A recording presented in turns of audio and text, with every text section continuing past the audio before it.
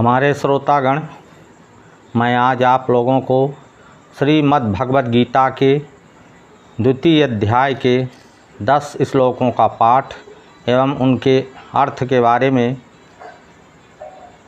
जानकारी देंगे। द्वितीयोध्याय। संजय उवाच। तम तथा कृपयाविष्टमश्रुपूर्णकुलेक्षणं विषीदन्तमिदं वाक्यमुवाच मधुसूदनः। संजय बोले, उस प्रकार करुणा से व्याप्त और आंसुओं से पूर्ण तथा व्याकुल नेत्रों वाले शोक युक्त उस अर्जुन के प्रति भगवान मधुसूदन ने यह वचन कहा। श्री भगवान उवाच। कुतस्त्वाकस्मलमिदं विषमे समुपस्थितम् अनार्यजुष्टमस्वर्ग्यं कीर्तिकरमर्जुन।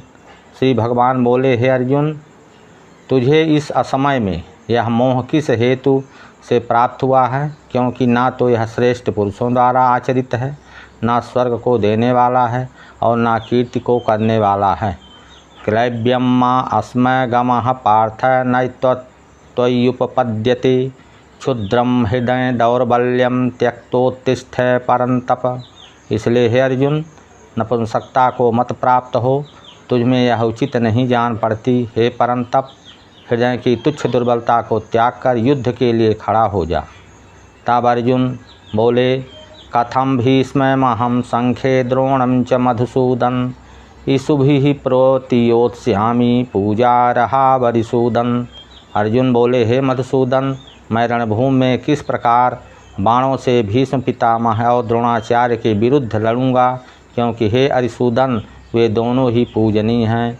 गुरून् हत्वा हि महानुभावान् श्रेयो भोक्तुं भैक्ष्यमपीह लोके हत्वार्थकामांस्तु गुरूनिहैव भुञ्जीय भोगान् रुधिरप्रदिग्धान्।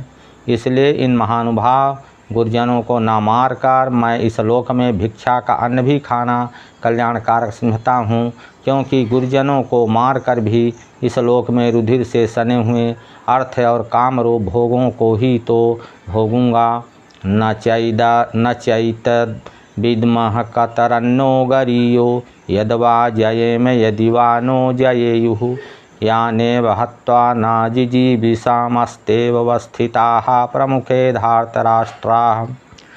हम यह भी नहीं सोच जानते हैं कि हमारे लिए युद्ध करना और ना करना, इन दोनों में से कौन सा श्रेष्ठ है, अथवा यह भी नहीं जानते हैं कि उन्हें हम जीतेंगे या हमको वे जीतेंगे, और जिनको मार कर हम जीना भी नहीं चाहते, वे ही हमारे आत्मीय धृतराष्ट्र के पुत्र हमारे मुकाबले खड़े हैं। कार्पणे दोषोपाहित स्वभावः पृच्छामि त्वां धर्म सम्मूढ़चेताः यच्छ्रेयः स्यान्निश्चितं ब्रूहि तन्मे शिष्यस्तेऽहं साधि मां त्वां प्रपन्नम्। इसलिए कायरता रूप दोष से उपहत हुए स्वभाव वाला तथा धर्म के विषयों में मोह चिंतित हुआ मैं आपसे पूछता हूँ कि जो साधन निश्चित कल्याणकारक हो वह मेरे लिए कहिए, क्योंकि मैं आपका शिष्य हूँ, इसलिए आपके शरण हुए मुझको शिक्षा दीजिए। नहीं प्रपश्यामि ममानुद्याच्छ्रोकमुच्छोषणमिन्द्रियाणाम् अवाप्य भूमा वा सपत्नवृद्धं राज्यं सुराणामपि चापि पत्यम्। क्योंकि मुझमें निष्कंटक धन संपन्न राज्य को और देवताओं के स्वामी पने को प्राप्त होकर भी मैं उस उपाय को नहीं देखता हूँ जो मेरी इंद्रियों के सुखाने वाले शोक को दूर कर सके। संजय वाच। एवं मुक्त्वा ऋषिकेशं गुडाकेशः परन्तप न योत्स्य इति गोविंद मुक्त्वा तूष्णीं बभूवः। संजय बोले, हे राजन, निद्रा को जीतने वाले अर्जुन अंतर्यामी श्री कृष्ण महाराज के प्रति इस प्रकार कहकर फिर गोविंद भगवान से युद्ध नहीं करूँगा यह स्पष्ट कहकर चुप हो गए। तमुवाच ऋषिकेशः प्रहसन्निव भारत सेनयोरुभयोर्मध्ये विषीदन्तमिदं वचः। हे भरतवंशी धृतराष्ट्र, अंतर्यामी श्री कृष्ण महाराज दोनों सेनाओं के बीच में शोक करते हुए उस अर्जुन को हंसते हुए से यह वचन बोले। आप वीडियो बड़ी होने के कारण मैं अगले भाग में आगे 11वें श्लोक से 10 श्लोक तक फिर पाठ करूँगा। आपको यदि अच्छा लगे तो सब्सक्राइब ज़रूर करिए।